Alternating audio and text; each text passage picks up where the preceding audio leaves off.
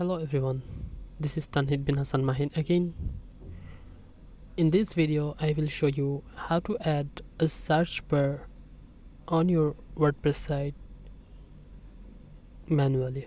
So, এটার জন্য আমাকে যেটা করতে হবে, আমাকে প্রথমে চলে যেতে হবে এডিট পেজ অপশনে।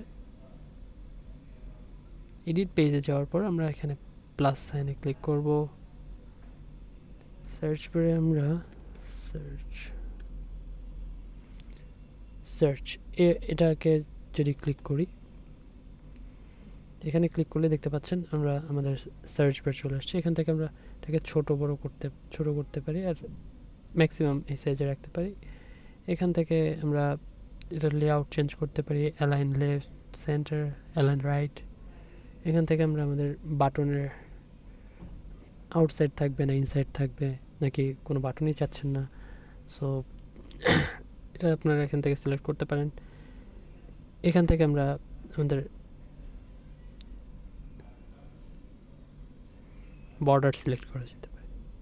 সো এটাই ছিল আমরা কিভাবে ওয়ার্ডপ্রেসে ম্যানুয়ালি আমাদের সার্চ বার অ্যাড করতে পারি, এটাই হচ্ছে তার উপর একটা tutorial. So thank you everyone for watching this video.